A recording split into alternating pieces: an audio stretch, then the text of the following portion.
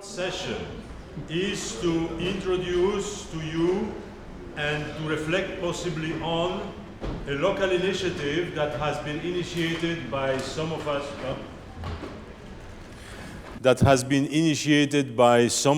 a few years ago, and that formally started in 2015 during the conference about the common good, also with the support of Monsignor Morero, the local bishop, to create what we called at the end Plateforme Dignité et Développement, Platform Dignity and Development. The undertitle of this platform is Dynamics of Thinking, of Reflection, and to elaborate propositions within French-speaking Switzerland in the light of Christian social teaching. So there are many things that are packed into it. So we are a number of members of the bureau that are here. Claude Didet, whom you already met, Vice President and the delegate of the Bishop. Jean-Claude Huot, who is going to speak in a few minutes. Pascal Ortelli, who has been, because he's changing jobs, animator and coordinator of the platform. Jacques-Benoît Raucher, the Dominican priest up there, okay. Isabelle, I can see you, Isabelle. Isabelle, okay. Isabelle Reus, and Claude Foll, who is, okay. So all the bureau is here.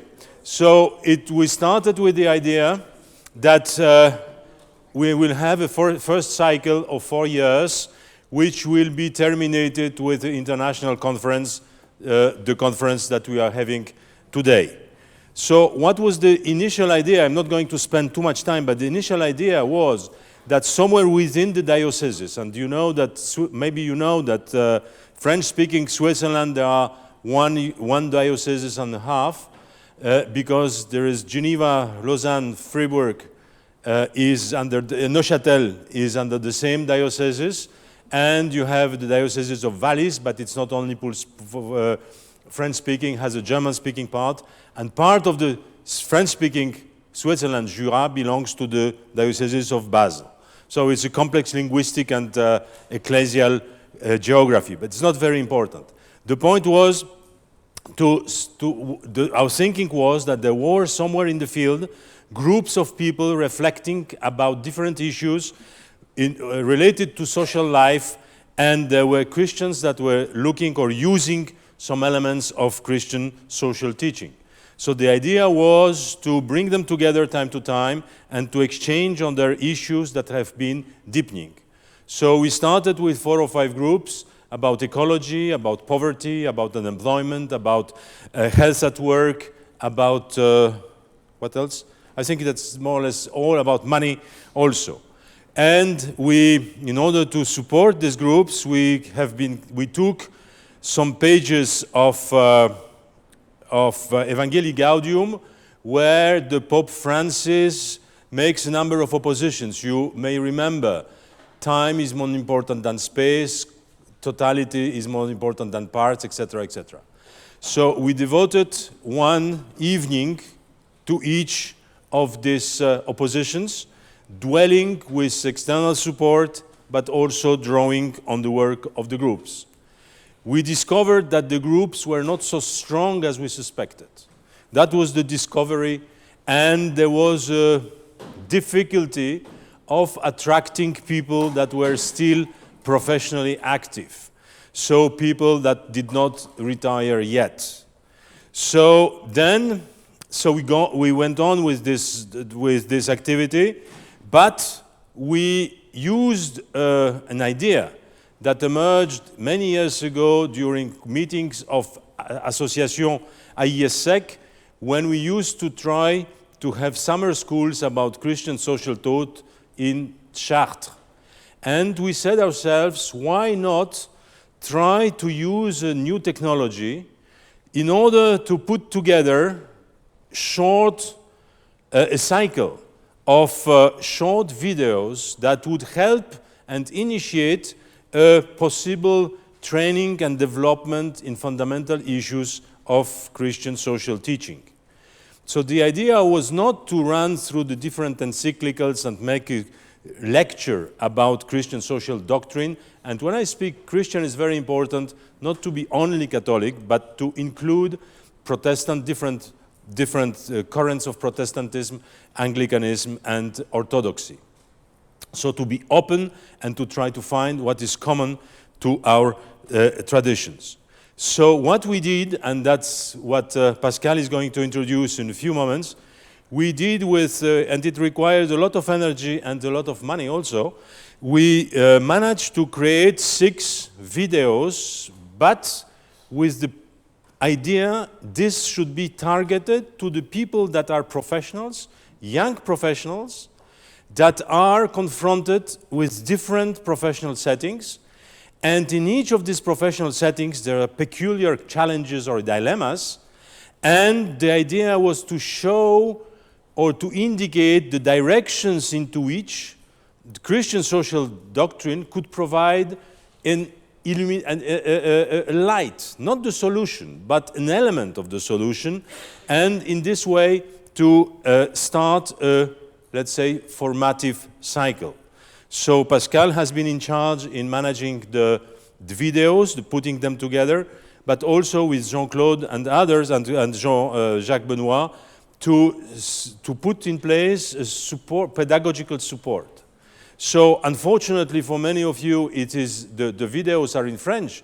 The point is not to look at these videos, but the point is to know that they exist and maybe to comment and to think to what extent something similar should not be done in different contexts, addressing, starting from different realities. The point is that next year, we have decided not to expand the number of video, but build up the pedagogical material around these videos in order to reach better universities, I mean chaplaincies in universities, but also group of young professionals that are still somewhere there and are reflecting or trying to reflect on these issues. So all this is free of charge, accessible on, Pascal will give you the information. I can just maybe circulate the flyer if you did not take it with you, so I will make it circulate. Okay, circulate. And I have a number of USB keys for those who are coming from far away and maybe are not able because it requires some good quality connection, are not sure to have it. So I have a few keys, Claude produced them, so I'm happy to share it with you. So that's for me, and now I give the word to Pascal to present the cycle of formation. Then we will move to something which is also part of work of the platform, which has to do with work and the support of work, the accompanying of work of here within the dioceses by Isabelle Reuss and Jean-Claude Huot in a few minutes. Aha. Thank you very much, Paul. Je vais parler en français. Paul a dit l'essentiel en anglais que je ne vais pas répéter.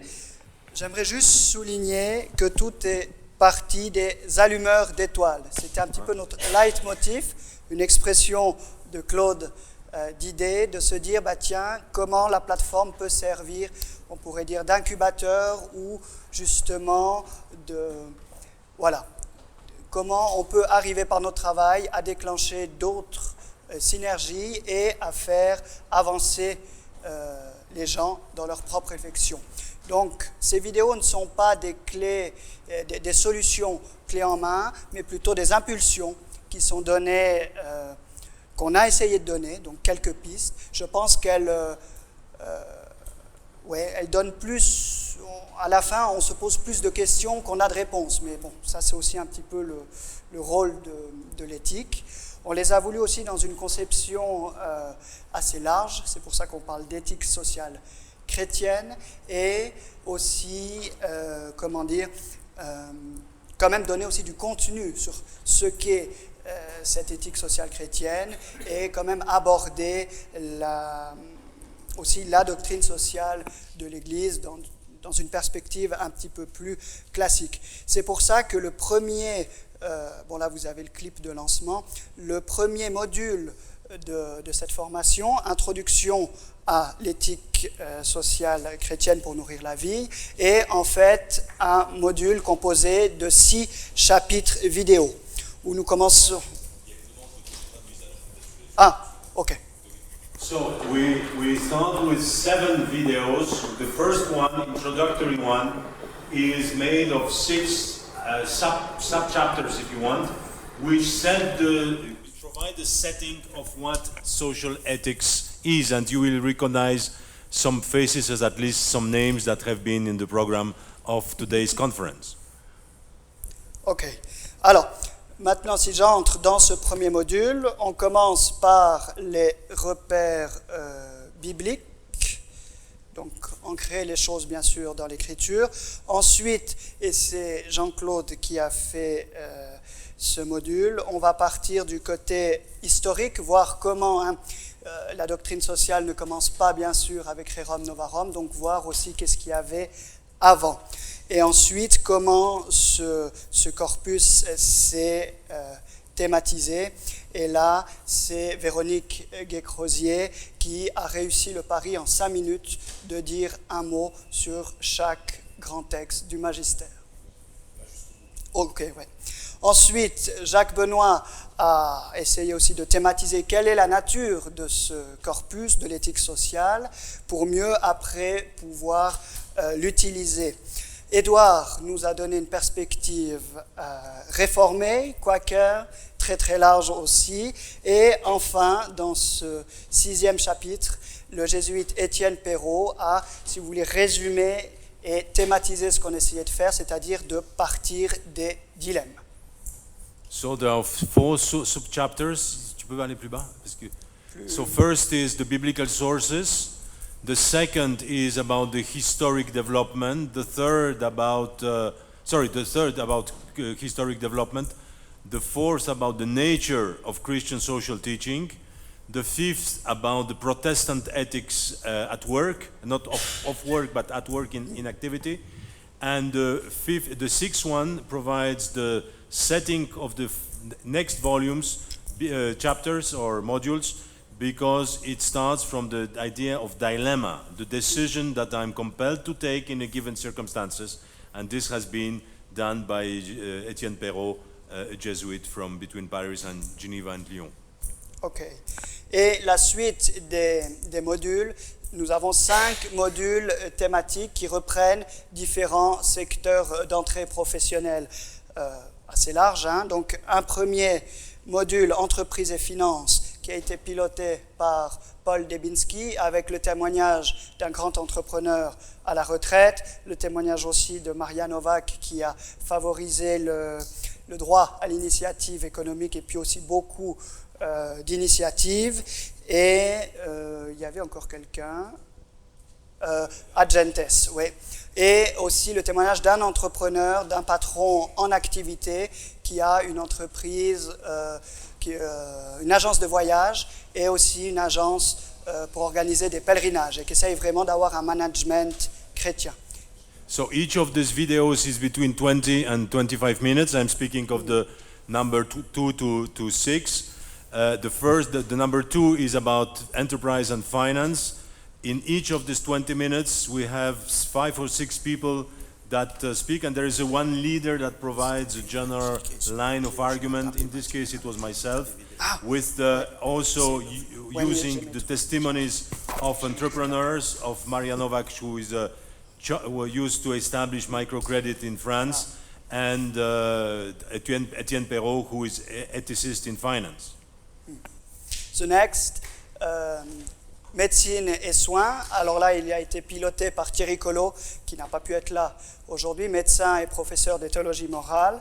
Ce qui est intéressant, c'est qu'il a voulu résolument sortir des questions bioéthiques et partir dans une perspective vraiment sociale. Donc, il a questionné, disons, la place et le rôle des institutions, comment rendre aussi plus humains les institutions, notamment avec le témoignage d'une personne engagée à Genève dans l'aumônerie de la santé au niveau hôpitaux, en interviewant aussi le professeur Borazio en médecine palliative, qui montre vraiment comment la médecine palliative peut, on peut vraiment accompagner la personne jusqu'au bout et comment le système financier va ou cherche à favoriser des chimiothérapies en bout de course pour faire du profit. Donc ce professeur est bien sûr contre ça. Et chose intéressante, il a interviewé aussi un étudiant en médecine qui déplore le manque d'éthique et de ressources où aller chercher dans son cursus de formation. So the second one was driven by Professor Thierry Collot, who is professor of social ethics here, co-organizer of this conference. As I said, he could not be here, but he used to be for 30 years a practicing medical doctor. And he looked at the ethical dilemmas within the sphere of medicine, but avoiding bioethical questions, but looking at tensions within the hospital and other professional, specialized institutions. People that intervened in this module are one or two managers of hospitals, chaplain in one of the hospitals, and also a medicine student. Ok. La suite, c'est Jean-Claude Huot qui l'a piloté, un module consacré aux questions liées au territoire et à l'écologie, donc aussi une perspective liée à l'urbanisme. Un paysan nous parle des dilemmes qu'il rencontre dans son travail. Ensuite, une architecte, pour ne pas citer la fille de Paul et de Dominique, Anne Debinski, et il y avait aussi ensuite toute une relecture faite par le professeur, il y avait Dominique Bourg, non, ou c'était Michel Maxime Heger? Oui, il y avait Dominique Bourg, professeur bien connu ici et en France, ainsi que Michel Maxime Heger qui a lancé tout un vaste mouvement en Suisse romande autour de l'éco-spiritualité et qui a toute une partie sur très intéressante sur les vertus. Quelles vertus on peut mettre en œuvre pour favoriser la transition écologique. So the fourth module was about territories and ecology. I think carrying the concern that we find in Laudato Si about urbanism, construction, concrete, infrastructure, and so on and so on. So once again, it was not once again, but it was somewhere from the board that was managing it, Jean-Claude Huot, who did it, and using the expertise, but also the practical experience of ecology professor, of somebody that was thinking very much about eco-spirituality, but also people in the business. On one side, a farmer. On the other side, a young architect. Yeah. Merci. Formation et communication, il y a bien sûr là des enjeux liés au numérique et là c'est et aussi à la transmission, pardon. La personne qui a piloté ce module est Nicole Awais, je vais vous montrer un extrait après. Elle est chargée de cours ici en pédagogie religieuse, elle est au bénéfice d'une longue expérience aussi sur le terrain et elle a fait aussi tout un parcours sur les valeurs. Quelles valeurs, comment aussi trier l'information, choisir l'information, les questions liées à l'accès et à la transmission de l'information. En ce sens, nous avons interrogé une didacticienne ici, Bernadette Charlier, ensuite un documentaliste, quelqu'un qui travaille pour Alliance Sud, donc c'est-à-dire qui va préparer des dossiers d'informations repris après par différentes œuvres d'entraide comme Action de Carême ou Pain pour le prochain. Et enfin, c'est l'extrait que je vais vous montrer parce qu'il met bien en tension le dilemme. Nous avons interrogé l'ancien rédacteur en chef de l'Echo Magazine qui vient de prendre sa retraite. L'Echo Magazine est si vous voulez, le dernier magazine chrétien en Suisse romande, grand public, vraiment qui s'adresse aux familles. So the fifth module was about training, education and communication. It has to do with training, education, pedagogy, and of course information and the way of packing information, communication. So the resource people it was driven, or it was led by a specialist in religious pedagogy from the university. using resources of a pedagogy professor, but also from an editor of weekly, last Christian weekly within French-speaking Switzerland, and people that are daily confronted with selecting information in NGOs that work with the third world. Et le dernier module cité et politique a été piloté par votre serviteur avec l'expertise du frère Jacques Benoît Raucher, qui est aussi sociologue, avant aussi d'être docteur en sociologie.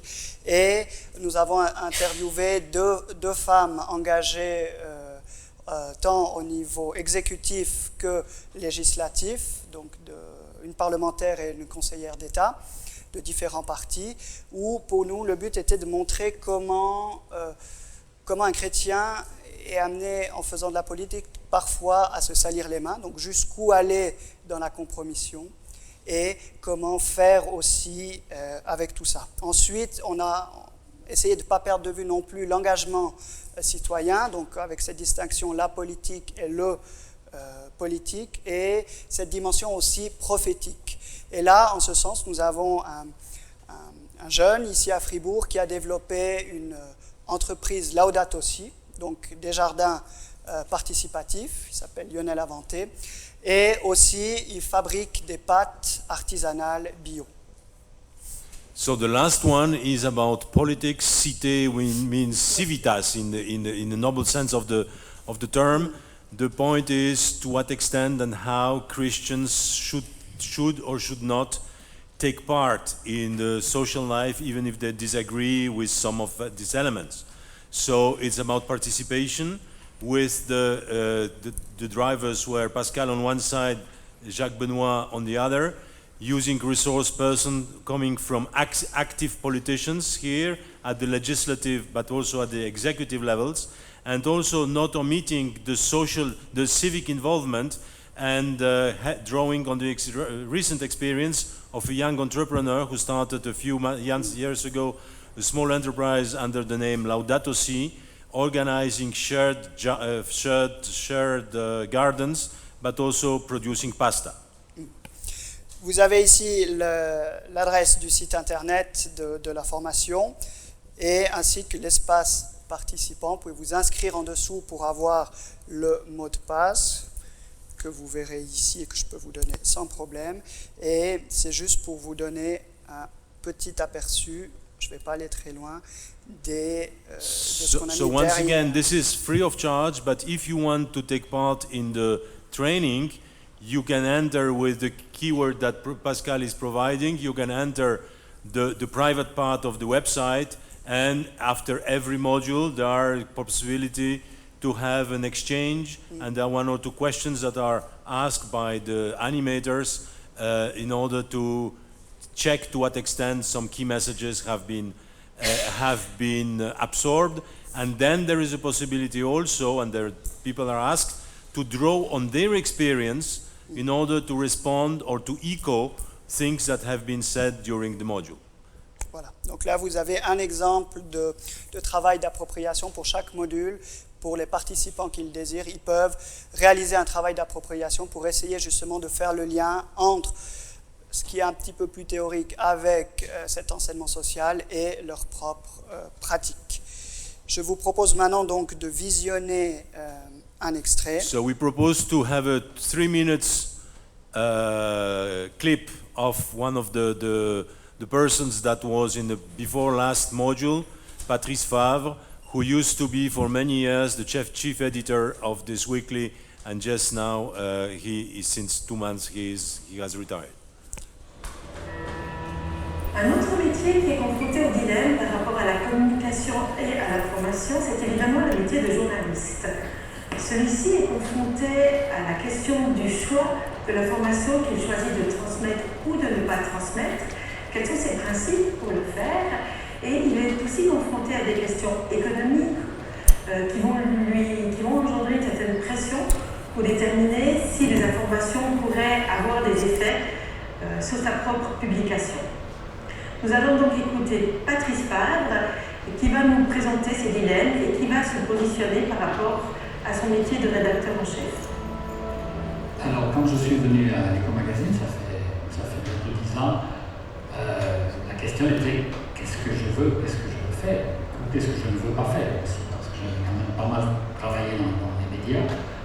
Et je venais, donc Éco Magazine, c'est un journal qui est né pour les familles catholiques dans les années 1930, et ce que j'avais vécu et ce que j'avais remarqué, c'est que c'était comme tout le catholicisme que j'ai connu dans ma vie, c'était très marqué par un moralisme. Comme si l'important c'était les choses qu'il fallait faire, qui étaient obligatoires, la messe le dimanche, ou surtout encore plus nombreux, les choses qu'il ne fallait pas faire. Et ça m'intéresse. Et je suis convaincu que ce n'est pas cela que les gens, les lecteurs attendent. Ou alors toutes les questions internes à l'Église, comment répondre à la fuite des paroissiens aux églises qui se vident et tout ça. Et en partant de l'expérience que j'avais moi-même et de ce qui me touchait, qui m'intéressait, je me suis dit si le Christ est vivant, s'il est vraiment ressuscité, ça doit se voir. On doit trouver aujourd'hui dans cette société des signes que la vie est plus forte que la mort. Et cela, c'est ce qui m'a conduit dans toutes ces années et dans tout le travail qu'on a essayé de faire aussi avec les jeunes journalistes ici à l'Éco Magazine. La question décisive dans notre métier et même dans la vie en général, c'est pas qu'est-ce qui est bon ou mauvais a priori, qu'est-ce qui est interdit, autorisé, mais comment on peut faire gagner la vie d'une certaine manière. C'est valable aussi dans beaucoup d'autres domaines. Par exemple, les handicapés. Aujourd'hui, les enfants Down, les enfants qui ont un déficit grave au départ, on sait que la plupart du temps, ils sont éliminés avant même la naissance. On en voit presque plus. Et ce que nous avons fait ici dans le journal, c'est de faire parler, de faire témoigner des familles qui ont accepté d'accueillir un enfant handicapé.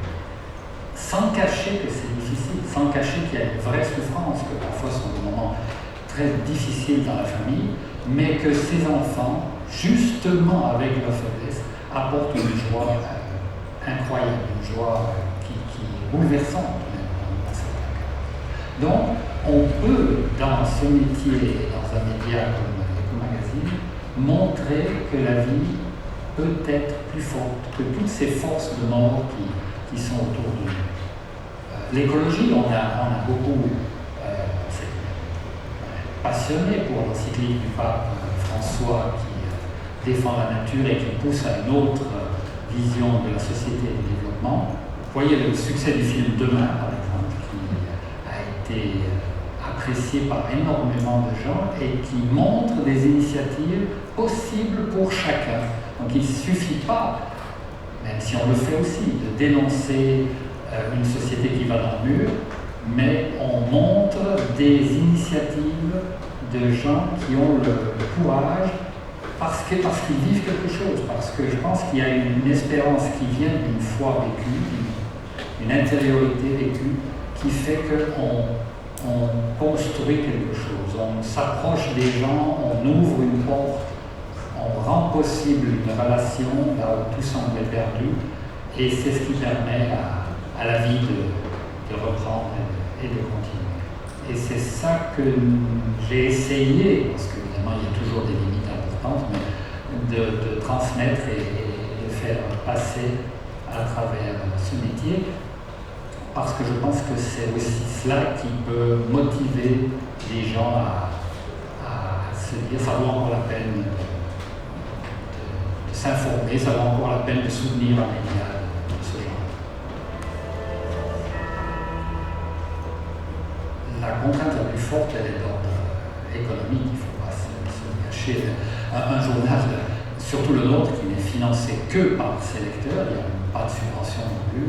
Si les chiffres ne suivent pas, tout ce qu'on peut dire n'a pas de sens. Et ce qui était difficile, c'était de faire passer l'idée qu'un tel type de journalisme avait un avenir et pouvait intéresser les gens. Parce que sinon, l'idée qu'on peut avoir aujourd'hui d'un magazine, et ce que font quand même beaucoup de magazines, c'est la distraction. C'est la mode, ce sont les voyages, la santé au sens du développement personnel, au sens de oui, comment peut-on survivre dans une société pleinement violente. Celle-là, c'était un petit peu l'image que vous pouvez avoir de ce que va être un magazine aujourd'hui. Et tout n'est, comment dire, moi je suis convaincu qu'on peut aussi distraire, mais dans le meilleur sens du mot, les gens en leur montrant que quelque chose, pas parce que la passion, ça peut être la passion pour le vin, ça peut être la passion pour les fleurs, ça peut être la passion pour la mode, elle transmet toujours quelque chose de nouveau. Mais il faut aller, et j'ai toujours poussé les journalistes qu'on avait ici à suivre leur passion, à suivre ce qui les intéressait. Parce qu'au fond de nous, ce qui nous motive vraiment et qui fait qu'on a des passions, c'est la vie aussi qui parle. Donc ça se transmet. Mais je dois dire que ça n'est pas facile de communiquer cela aux propriétaires et aux gens qui regardent les chiffres et qui pensent résultat. Donc là, il y a une bataille qui est celle de tous les médias et qu'on a aussi vécu ici. On a pu le voir. Voilà.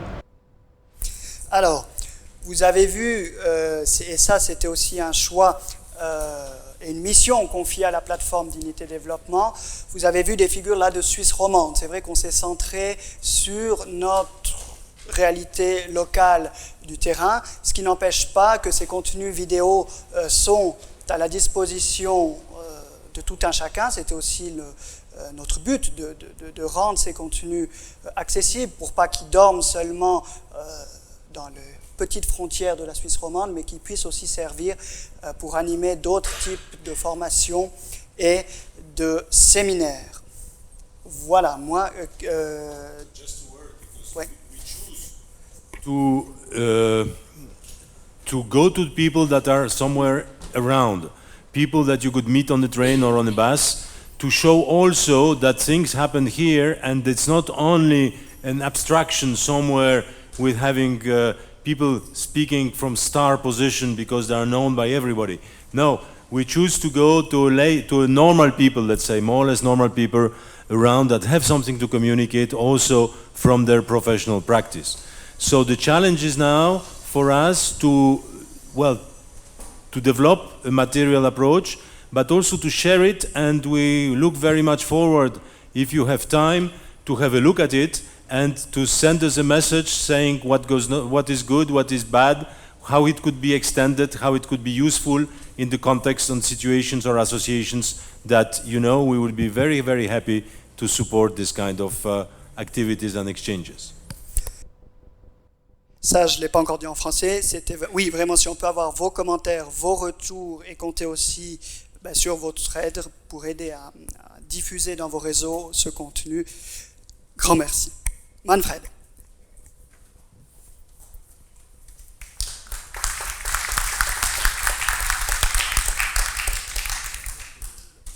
Premièrement, ma félicitation, Pavel. Dans ma diocèse d'Osnabrück, il y avait déjà, il y a 40 ans, des séminaires sociaux pour les jeunes peuples, les écoliers, avec grand fruit, aussi avec un curriculum. Mes deux questions. La première, pourquoi le module cité et politique est placé à la dernière position? À mon avis, ça sera la deuxième position après l'introduction, parce que l'État décide par sa constitution, par le droit, la vie économique, la vie des entreprises, le marché du travail. Et Gaudium et Spes, dans le Concile, a placé la cité devant l'entreprise et le travail. C'est ma première question. Les modules, cette série de six modules, montre la signature de Pavel avec finance et entreprise à deuxième place. Et la deuxième question, pourquoi il n'y a pas un module la famille, seulement la famille et la société? Pendant mes premiers 15 ans social de l'Église, j'ai jamais traité la famille parce que j'ai pensé c'est la tâche de mon collègue de la théologie morale. Mais c'était mon erreur. Les derniers 10 ans de ma vie académique active, j'ai traité toujours aussi la famille et le développement dans les sociétés de tout le monde montre l'importance de la famille.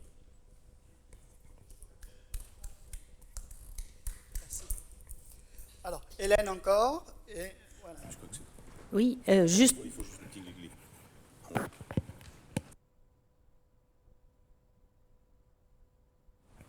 Juste pour compléter le propos de Manfred, sur la famille, certes, et aussi sur l'éducation, les métiers de l'éducation. Oui, mais ce n'est pas exactement la même chose, me semble-t-il. Tu réponds ou je réponds? Oui. Alors, merci. On a encore du travail. C'est clair que la famille pourrait faire vraiment un 7e module. Et ça, il faudra qu'on y réfléchisse. Hein.